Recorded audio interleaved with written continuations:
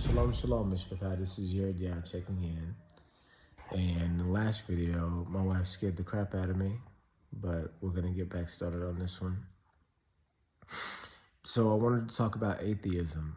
I said in the last video a few things that I guess I need to go back over. Starting with that, life is precious, and the atheistic viewpoint doesn't really give you the preciousness of life. You get the fleetingness of it, but you don't necessarily get the preciousness, right? Because what is the value of it if you're here and then gone, and there's no meaning to the things that you do, right? Philosophically, it's a very, depressing religion, because it's a religion. So this whole thing was talking, the reason why I started thinking about atheism is because I was going over some of my old videos, and I came across the first of the Secret Religion series video, and it is about contact with aliens, right? And in one scene, the protagonist, Jodie Foster, has been chosen to be the only occupant on a mission, a mission in a machine that was supposed to allow her to make contact with aliens, right? So she's the representative of all of humankind, right? Jodie Foster. But so she's on, she's on trial, really, because they want to make sure that she's a good representative. And so one person asked her, they're asking her questions, and, about what they would ask, what you would ask the alien, da da da da. But one person asked, "Do you believe in God?"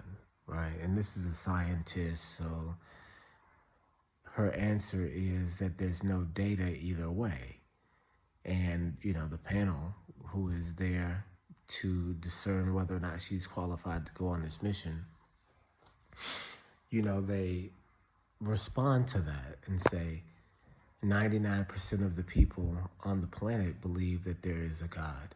So if you're going to represent the planet Earth, then your opinion on this would matter, right? Basically telling her that if 99% of the planet believes in a God, then if you don't, then you're of the minority position, which means you can't represent the planet Earth, right? And so, of course, she stays true to her atheistic beliefs. I don't know what that was. But of course, she stays true to her atheistic beliefs and says that, she doubles down. I don't have any data either way, which means no, she doesn't believe, right? And so, I got to thinking about, kind of being on trial for your faith, right? So, the first response that she has to the question, do you believe in God, is that there's no data either way. Is that true? People would throw that in your face as if that's just the biggest piece of evidence that we have for atheistic beliefs. Oh, well, there's no data, right? So the crazy part is that you yourself are the data, right? Because you exist, because you are conscious, because you're living in the now, right? Because you're not living in the past, you're not living in the future, you're living in the now. That's why we know Elohim exists, because we are complicated entities, right? A complicated thing cannot be created by nothing. And this is, just a very, very clear answer, right? That there's plenty of data. There's plenty of data to prove that there is an Elohim, because you exist. You know that you didn't create you, So that means that something greater than you created you. And this is what we were going into in the last video when my wife scared the crap out of me. You may say, if we're talking as man, Paul says, I speaketh as a man. So I speaketh as a man. You may say, then who created God, right? But that would be a misnomer.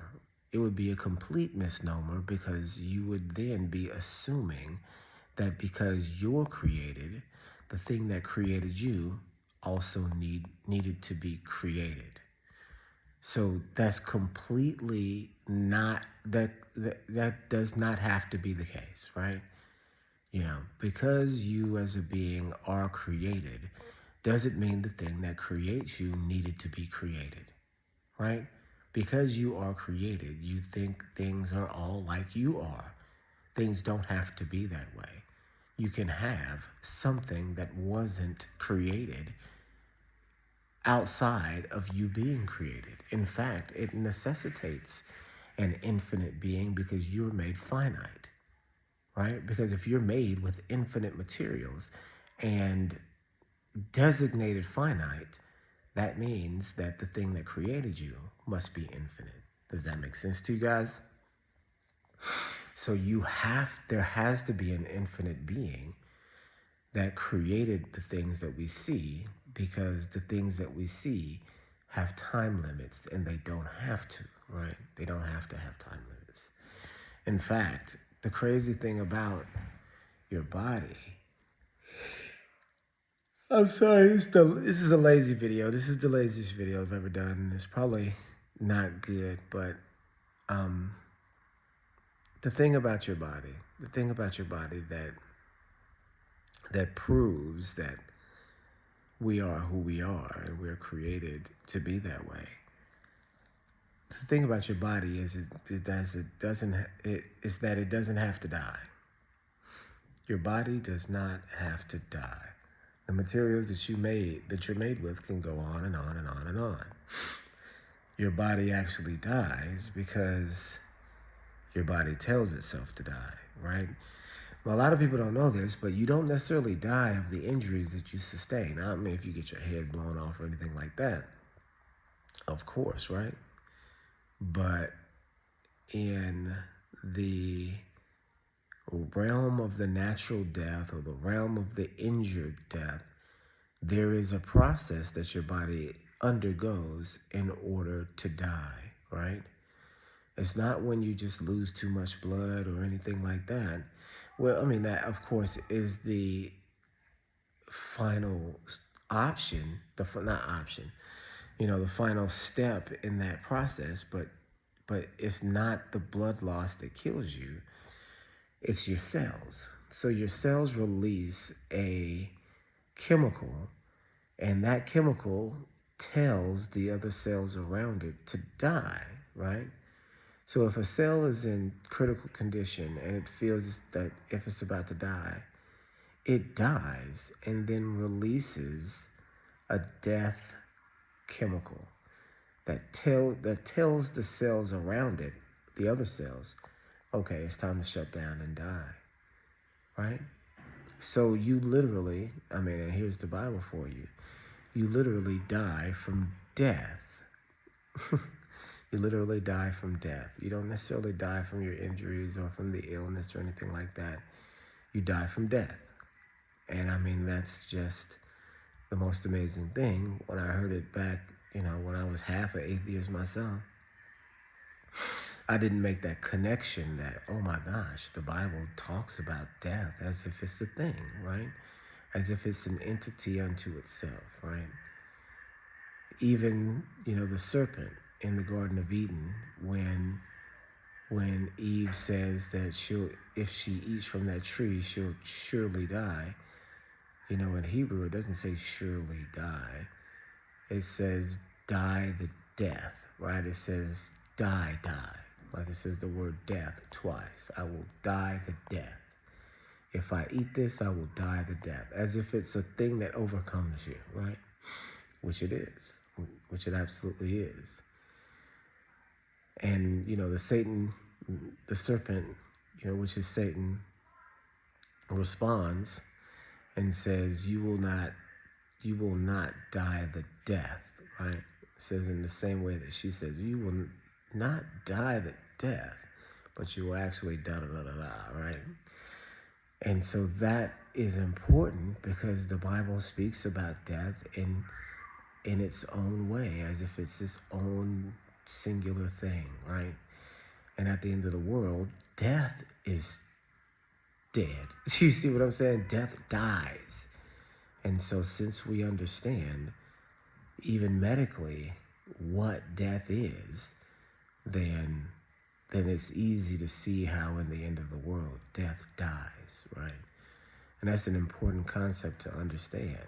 When it says death is swallowed up in victory, that's a real thing, that death dies, right? And so you atheists out there, chew on the fact that death is a thing. And the Bible's been saying that for 2,000 years. There's another aspect about the body that's really, really interesting too, and it just goes back to the garden, right? The more you know about who you are, the less the less atheism you can stand. But wrinkles, I always used to think that wrinkles were a sign of gravity pulling you down, right? Just pulling on your whole body at all times. And then as an old man, your skin starts to just pull down because of the tug, the consistent tug on your body, right? Nope. That is not what happens, right? So what actually happens is there is a chemical, and I can't remember if it's a hormone. It's not a hormone. It's a chemical. It's some sort of chemical, and I can't remember what the the category of chemical it is. Is it a hormone? Is it a enzyme? Maybe an enzyme. But anyway, it's a chemical in your body that it's called elastin, and it works on your skin cells, right? And when you become older, your body just ceases to produce this elastin, or produces it much less. And so the elasticity of your skin starts to fade. You start to lose the rigidness of your skin, right? And so literally, it's not the outside world acting on you to get your skin to droop from age. It's really yourself, your own body, that's saying, hey, I'm becoming old, and now this thing that I once produced, I'm going to not produce it anymore, almost as if it's deliberate, right? A deliberate aging. Because all the body would have to do is say, hey, cells continue to produce elastin. And if that were to happen, you would not wrinkle. Do you guys understand that? You would not wrinkle. See, right there, in the way that the body is composed and the way that it works, you have the case for 900 and some odd year old Adam, right? And if you can imagine 900 years and still not aging and still not being an old man, right? Because you just don't have to. It's just not all the way necessary. People say, well, when stuff wears out and all, and that's true. Your bones do wear out, but they don't have to. They could go on being bones forever because your bones and your skin and your whole body regenerates itself. Apparently, and people have said this to me for years, and I've seen this in places, apparently from your skin, every 7 years, your entire body, your skin sheds itself, cell by cell, so that every 7 years, all the cells in your body or in your skin, and I can't remember which one it is, but are new, right? So you regenerate every 7 years. I mean, it's not like your arm can fall off and it regenerate or anything like that, but just from your natural state, and shedding of cells and tissues, you're a whole different set of cells every 7 years, right? It's a 7-year process, right? And it's an amazing statistic that is a number 7, right? A completion of a week, right? But yeah, these are some of the things that we know about the body that make atheism the most ridiculous religion of all time, right? Right? Because you say to yourself, if you have all of these eternal characteristics, and they're all like set, like if you've got a machine that you have to fine tune in order to get it to do what you want it to do, all of these functions in your body are preset to certain degrees so that these things will be true, so that you'll age in such a way, so that you'll die in such a way. It seems predetermined already. It is predetermined, right? If all it takes for you to turn off aging is to increase the elastin in your body, and of course they can't figure out how to do that. People can't figure out how to do it. But if that's all it takes to cease the appearance of age, then that means it's added. That means it's not necessary. That means that your natural state doesn't include aging, or at least the look of aging. Do you see what I'm saying? You lose the melanin in your body to produce your hair color, which is why it comes out, bland, gray, with no color, right?